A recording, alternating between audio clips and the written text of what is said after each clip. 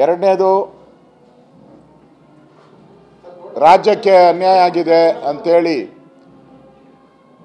ಕಾಂಗ್ರೆಸ್ ಅವರು black paper ಏನೋ ಬಿಡುಗಡೆಯನ್ನು ಮಾಡಿದ್ದಾರೆ. ಪೆಟ್ರೋಲ್ ರೇಟ್ ಏನಿತ್ತು ಇವೆಲ್ಲದ್ರ ಬಿಡುಗಡೆಯನ್ನು ಮಾಡಿದ್ದಾರೆ. ನಿರ್ಮಲಾ ಸೀತಾರಾಮ್ ಅವರು, ಸನ್ಮಾನ್ಯ ನಿರ್ಮಲಾ ಸೀತಾರಾಮ್ ಅವರು ಆದಿ ಬೀದಿಗಳಲ್ಲಿ ಹೇಳಿಲ್ಲ, ಪಾರ್ಲಿಮೆಂಟ್ ಒಳಗಡೆ ಹೇಳಿದ್ದಾರೆ.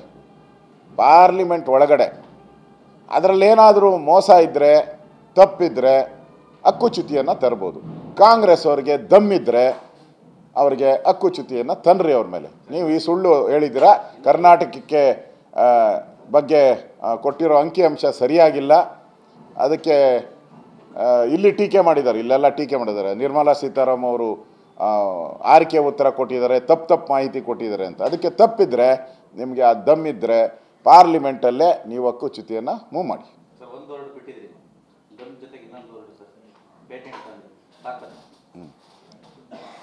ಅದು ಇನ್ನೊಂದು ಸರಿ ಹೇಳೋಣ.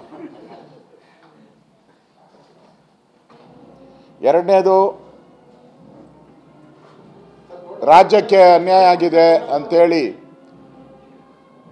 ಕಾಂಗ್ರೆಸ್ ಅವರು ಬ್ಲ್ಯಾಕ್ ಪೇಪರ್ ಏನೋ ಬಿಡುಗಡೆಯನ್ನು ಮಾಡಿದ್ದಾರೆ. ಪೆಟ್ರೋಲ್ ರೇಟ್ ಏನಿತ್ತು ಇವೆಲ್ಲದ್ರ ಬಿಡುಗಡೆಯನ್ನು ಮಾಡಿದ್ದಾರೆ. ನಿರ್ಮಲಾ ಸೀತಾರಾಮ್ ಅವರು, ಸನ್ಮಾನ್ಯ ನಿರ್ಮಲಾ ಸೀತಾರಾಮ್ ಅವರು ಆದಿ ಬೀದಿಗಳಲ್ಲಿ ಹೇಳಿಲ್ಲ, ಪಾರ್ಲಿಮೆಂಟ್ ಒಳಗಡೆ ಹೇಳಿದ್ದಾರೆ. ಪಾರ್ಲಿಮೆಂಟ್ ಒಳಗಡೆ ಅದರಲ್ಲೇನಾದರೂ ಮೋಸ ಇದ್ದರೆ, ತಪ್ಪಿದ್ರೆ ಹಕ್ಕುಚ್ಯುತಿಯನ್ನು ತರ್ಬೋದು.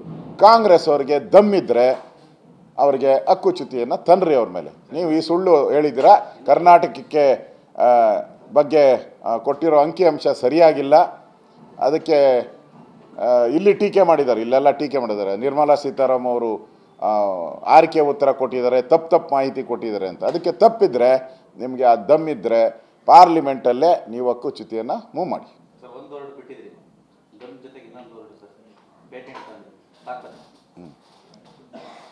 ಅದು ಇನ್ನೊಂದು ಸರಿ ಹೇಳೋಣ.